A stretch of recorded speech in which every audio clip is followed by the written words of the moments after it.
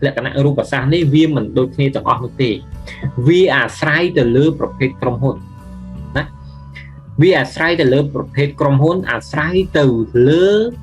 គេហៅថាសន្តាន business ប្រភេទនៃ business ផងដែរឧទាហរណ៍ថាសេវាកម្មដូចគ្នាប៉ុន្តែបើខ្ញុំសេវាកម្មផ្នែកធានារ៉ាប់រងខ្ញុំមិនធ្វើឲ្យមានភាពលក្ខណៈថា physical ដូចតាក់ស៊ីដូចកង់3ឧទាហរណ៍ក្រុមហ៊ុនបើក pass up វាអត់ដូចគ្នាទេណាវាអត់ដូចគ្នាទេអញ្ចឹង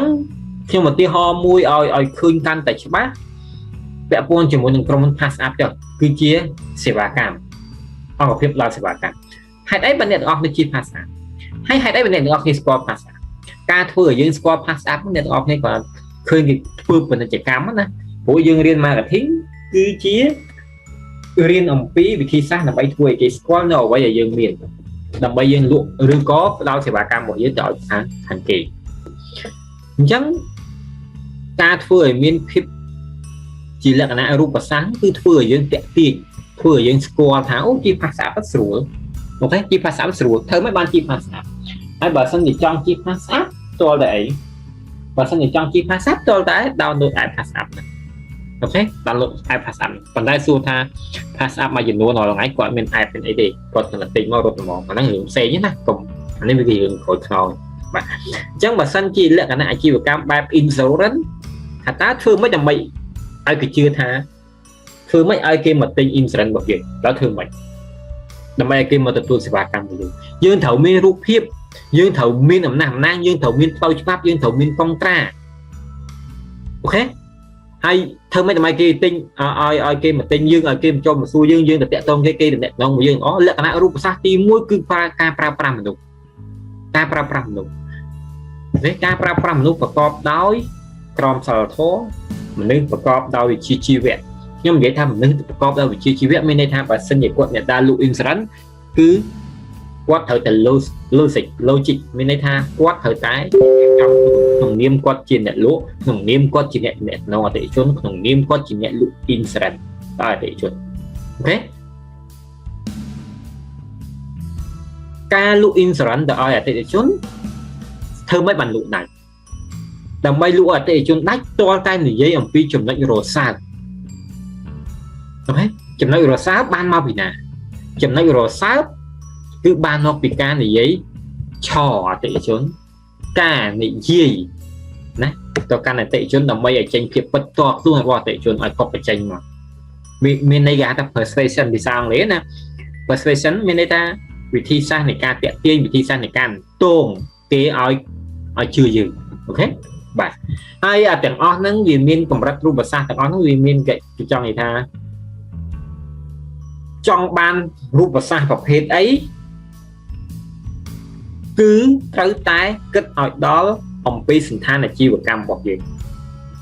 លក្ខណៈរូបសាស្ត្រនៃអាជីវកម្មមួយมันអាចយកទៅប្រើប្រាស់ទៅធ្វើជាលក្ខណៈរូបសាស្ត្រនៃអាជីវកម្មមួយទៀតបានទេខ្ញុំនិយាយនៅក្នុងលក្ខខណ្ឌសេវាកម្មអូខេมันអាចប្រើប្រាស់បានទេកន្លែងកីឡាលក្ខណៈរូបសាស្ត្រកន្លែងកីឡាយើងយកលក្ខណៈរូបសាស្ត្រកន្លែងកីឡាទៅដាក់កន្លែង insurance មិនកើតហ្នឹងវាត្រូវតែផ្សេងគ្នាណាអូខេប្រភេទខុសគ្នានៃការបញ្ជូនសេវាកម្ម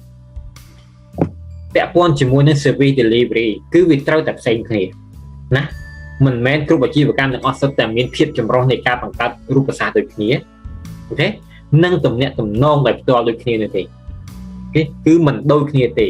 ចាំកន្លែងហ្នឹងណាខ្ញុំមិនបកស្រាយវិញឆ្ងាយទេការបង្កើតទំនាក់ទំនងឲ្យរវាងមនុស្សនិងអង្គភាពគឺវាមានសារៈសំខាន់ណាស់តែវាស្ថិតនៅក្នុងចំណុចមួយមានន័យថាយើងត្រូវធ្វើម៉េចដើម្បីឲ្យមានភាពល្អប្រសើរជាមួយបុគ្គលិករបស់យើងនិងអតិថិជនអូខេកន្លែងនេះអញ្ចឹងបានដាក់ពាក្យមួយថាការបង្កើតឲ្យមាននៅទំនាក់ទំនងរវាងមនុស្សនិងអង្គភាពគឺជាប្រយោជន៍ដ៏សំខាន់យើងគិតមនុស្សខាងក្នុងអង្គភាពជាប្រយោជន៍សំខាន់ដោយសារតែមនុស្សនៅក្នុងអង្គភាពរបស់យើងហ្នឹងគឺវាជាប្រភេទក្រុមមនុស្សដែលទៅពាក់ព័ន្ធជាមួយនឹងអតិថិជនខាងក្រៅណាដែលជាក្រុមគោលដៅបើនិយាយចំដែលជាឆ្នាំងបាយដែលជាកន្លែង dương tục lôi nó năng làm mấy cái do lôi mạo gì ok mình nói tôi pra rồi chắc một lực hàng không ở đâu thì này chẳng nhặt thực rốn tới thường mày nhặt thực rốn mẹ than tập tôi thầm mê thung hàng lứa muối mình đây ta tam lùng đập nè tam lùng đập nè thực rốn ok nếu còn lại ní tầm nét tầm non rồi viên mà nung ní rồi viên nhặt thực rốn từ con cháu viên cứ chỉ rừng mùi ta à rừng mùi tiết tụm nét tầm non mà nung ngon gặp việc nó cứ vẽ con như mỗi nào ta craft function cho mỗi người việc này môi tập này môi thật tá một lực từng off việc này môi được này môi nó còn va bật thoa rồi thì còn miếng va bật thoa là on thì ok lại ní cái dân thời spanish lại và tốt chủng nó tầm nét tầm non đi miền việc ban chủng run ai vô chết mà nè vừa tam tầm non mình check riêng lại em bị quân làm lại bắt thán nâng cùng rú area bot tại trâu ban cầm nọt tại ông gặp hiệp mùi ok tại trâu ban cầm nọt tại ông gặp hiệp mùi nếu bé đây này vô chất squad vì đầm lay tụi nó nâng tuân ti hàng lư không ông gặp hiệp nâng chùm rồi nhà chơi ca tụi nóต่อ tự chân ban dạng là ok nhưng mà tôi sẵn 200 nhưng mà ở bật time hàng cào tiếp cô mà nó này ca thôi tụi nó thì này cứ tầm bay mình chơi nhảy khơi vì có bằng cá là thom mì rom chiều về trong miền mùi bằng cá là thom mì rom xây đất thom mì rom ok bằng cá là thom mì rom mi nè bằng cá tây chia concept muối cùng nứt muối cùng nứt đất no muối cùng nứt gà thôi khui nhỏ quay chỉ mây muối nâng chia nè nâng chọp lốp nâng chia ra nâng chia cả ta muối để chọp lốp từ đó là tệ chốn còn đôi chia xa thiên nạp chân phòng này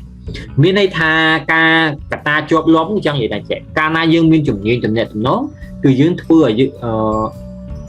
từ dương ai thưa luôn như nắng rồi từ dương ai thưa bộc lực bò dương nắng ai thưa ca parasite tệ tôn chìm môi nâng tệ chốn và co đầy vitamin rồi co đầy vitamin miền đây tha bộc lực bò dương tới cứ kỳ phạt cùng bộ lực bảo dương tới cái phạt cùng hai bà sợ dương chỉ xe lăng quýnh và dương chiên bộ lực năng quýnh và cái phạt cũng như dương phạt cùng kỳ trong cái ở đây là dương thưa tùm nhẹ tùm nôn mình nung nít cứ dương trong hai dòng phí côn tùm lại nâng bắt tập than đi cùng rượu đẹp vào vẽ phôn chỉ môi nâng côn tùm lại xây đất côn tùm lại khoa có đào áo ấy ok bắt tập than chỉ bắt từ lốp cùng rượu đẹp vào rú dạng bao cả lại ní cứ không ai này vậy ao dạng khay net ngọc này score biệt tha và bật thô ông gặp hiệp này và bật thô ông gặp hiệp và đôi chỉ và bật thô nó kia chuyện này mình khóc như thế nhưng phở bị và bật thô cua sáng và bật thô ông hiệp nhưng dịch bầm bay rồi và bật thô cua sáng đôi chỉ net ngọc này nó cầm mặt côn tha khổ mong đắp thời từ chụp kìa thời mong đắp với thời chụp kìa tại lên mong mình đọc hộp ba gì mỗi kia nâu trong tiền nước áp ao về anh áp ao về xí cái từ thành vậy nhầm rồi bạn ok họ ok bàn tay cùng rú ấy là bắt nơi cái lại càng nghĩa là trâu ban cầm đặt ông hiệp muối nắng với cứ chia cùng rú sẽ cao một hiệp đặt trâu ban rồi rất rụi hài nâng trâu thua bằng tó nâng thua ở đầu bằng thang ởที่họ và bật thôn này ca group và bật thôn này ca stay out ok còn hôn muối nó một lập thôi thôi tôi stay out thầu ấy nữa mà sang những bộ lực bao nhiêu ấy bọn này học thì nó thư con thì tôi nhận học thì đây ấy sự đặc quán nó như là rom and nát thì như gì mùi thiếu mà bị phia mùi hai tê xong mê mùi tham mùi bị bay buôn là tệ cho nên chẳng chắc chi hay mà práo ấy tha tác nghe bên ở rom nát để chụp ngồi tệ cho mùi tiết ba thật chuốc của chuốc ban đấy bàn tay nó bên vậy tới thở không thì chúng ta các bạn ai thân là tệ cho thân ấy xem kìa phiếp lòng bát nếu bằng ca trung và xa ta miên rập hiệp của phục nè nóពេលដែលការប្រគួតប្រជែងកាន់ឡើងគួតប្រជែងមានន័យថាតើតែសន្តានអាជីវកម្មដូចគ្នាបើកាត់សក់ដូចគ្នាធ្វើមុខដូចគ្នាអូខេរកស៊ីចុងផុសដូចគ្នាអូខេបើជាក្រុមហ៊ុនដូចជាសេរីមង្គលអញ្ចឹងក្រុមហ៊ុនផ្ដល់សេវាកម្មលើកភេសជ្ជៈជូនភ្ញៀវនៅក្នុងពិធីមង្គលការពិធីបុណ្យផ្សេងៗអាហ្នឹងគឺតែដូចគ្នាដែរអូខេអញ្ចឹងក្រុមហ៊ុនទាំងអស់ត្រូវធ្វើយ៉ាងម៉េចទី1គឺត្រូវរកវិធីសាស្ត្រណារកវិធីបង្កើតរូបសាស្ត្រយ៉ាងណាឲ្យមានលក្ខណៈលេចធ្លោនិងមានលក្ខណៈងាយស្រួលតែអតិថិជនអាចយល់ពីគោលដៅនៃការផ្ដល់សេវាកម្មរបស់ខ្លួនអ្នកទាំងអស់គ្នាក៏ប្រហែលដែរធ្លាប់មើលពាណិជ្ជកម្មខ្លះណាខ្លះដែល និយាយចេះវិញអ្នកនរគ្នាក៏ប្រហែលជាធ្លាប់មើលពាណិជ្ជកម្មមួយចំនួនដែលអ្នកនរគ្នាមើលចប់ហើយដឹងនិយាយពីអីតែលក្ខណៈបែបហ្នឹងណាតែលក្ខណៈមើលហើយយើងយល់ថាអាហ្នឹងវាជាអីហ្នឹងណាឧទាហរណ៍ម៉ូតូ Honda Dream ចុះ Honda Dream អញ្ចឹងគេធ្វើឲ្យមានលក្ខណៈរូបសាស្ត្រអញ្ចឹងពាណិជ្ជកម្មគេមួយបែបម៉េច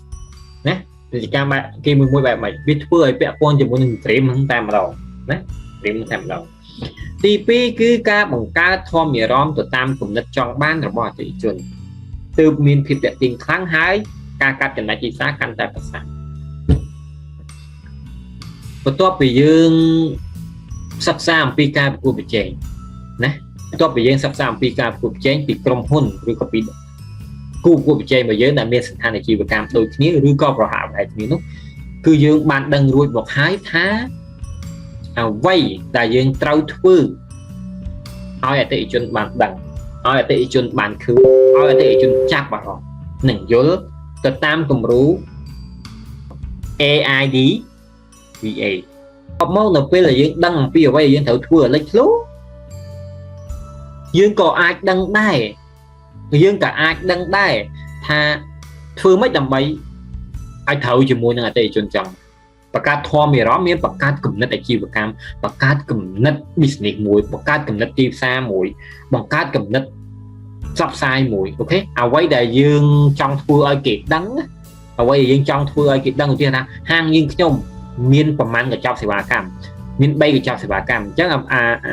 ប្រាប់ឲ្យគេដឹងថាហាងរបស់យើងមាន3កញ្ចប់សេវាកម្មហ្នឹងគឺជាការបង្កើតធម៌អារម្មណ៍អូខេឲ្យបង្កើតធម៌អារម្មណ៍ទៅកាន់អតិថិជនអូខេទៅកាន់អតិថិជន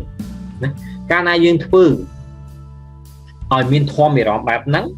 មានន័យថាយើងបានយកចិត្តអតិថិជនរួចមកហើយថាអតិថិជនចង់បានអីហើយយើងធ្វើទៅវាអាចត្រូវជាមួយនឹងអតិថិជនព្រោះខ្លាចគាត់ខ្ញុំប្រើពាក្យថាអាចត្រូវដោយសារតែខ្លាចលោកថាថ្ងៃអាទិត្យហ្នឹងយើងសិក្សាទៅអតិថិជនត្រូវមួយហ្នឹងមិនតែអាទិត្យក្រោយទៀតទៅអតិថិជនលែងត្រូវការមួយហ្នឹងអញ្ចឹងវាអាចត្រូវនឹងអតិថិជនអូខេអញ្ចឹងរូបសាស្ត្រនិងធម៌អារម្មណ៍ត្រូវបានគេប្រើប្រាស់ដើម្បីឲ្យអតិថិជនឃើញនៅភាពខុសគ្នារវាងក្រុមហ៊ុនសេវាកម្មអូខេរូបសាស្ត្រនិងធម៌អារម្មណ៍ត្រូវបានគេធ្វើត្រូវបានគេប្រើដើម្បីឲ្យអតិថិជនឃើញនៅភាពខុសគ្នារបស់សេវាកម្មអញ្ចឹងគួរកត់សម្គាល់ផងដែរនៅពេលដែលការប្រកួតប្រជែងផ្នែកសេវាកម្មកើនឡើងខ្លាំងនោះការលំបាកដល់ការស្វែងរកឱកាសដើម្បីបង្កើតគំនិតប្លែកៗខុសៗគ្នាសម្រាប់ក្រុមហ៊ុនក៏កាន់តែពិបាកដែរចំណុចនេះគឺលំបាកណាស់សម្រាប់អ្នកទីផ្សារបើសិនជាយើងមិនបានអានសៀវភៅច្រើនណាបើសិនជាយើងមិនមានការអានសៀវភៅច្រើនយើងមិនមានការស្គាល់គេឯងច្រើនទេហើយយើងមិនបានចេញដើរហើរច្រើននោះទេអាគំនិតទីផ្សារហ្នឹងហើយយើងខ្វះការស្រាវជ្រាវវានោះយើងនឹងលំបាកខ្លាំងណាស់ក្នុងការបង្កើតធម៌អារម្មណ៍ណាក្នុងការបង្កើតធម៌អារម្មណ៍អតិថិជនបានដឹងមូលហេតុអីពីមួយថ្ងៃទៅមួយថ្ងៃសម្រាប់ក្រុមហ៊ុននីមួយៗហ្នឹងគឺតែងតែមានការផ្លាស់ប្ដូរជាតារាផ្លាស់ប្ដូរទៅលើគំនិតទីផ្សារណាផ្លាស់ប្ដូរទៅលើគំនិតផលិតផលណាគំនិតផលិតផលគឺមានពាក់ព័ន្ធជាមួយការរូបរាងផលិតផលផ្សេងៗហ្នឹងគិតកាន់តែច្រើនរូបរាងផលិតផលឬក៏ទំហំនៃការផ្ដល់សេវាកម្មរបស់យើងមួយហ្នឹងវាចាប់ផ្ដើមប្រែប្រួលណាវាចាប់ដើមប្រែប្រួលដូចគ្នាប្រែប្រួលទាំងទម្រង់សេវាកម្មណាបើយើងនិយាយពីអង្គភាពសេវាកម្មមួយទៀតប្រែប្រួលពីរូបរាងផលិតផល feature ខាងក្រៅនៃផលិតផលឬក៏អាចរសជាតិផងដែរការប្រែប្រួលទម្រង់សេវាកម្មឬក៏រសជាតិផលិតផលឬក៏រូបរាងផលិតផលគឺវាស្ដែងបានមកពីណាបានមកពីការសិក្សាអំពីការចង់បានរបស់អតិថិជនការចង់បានអតិថិជននោះវានឹងធ្វើឲ្យយើងបង្កើតចេញជារូបសាស្ត្រនិងធម៌អារម្មណ៍ឲ្យត្រូវ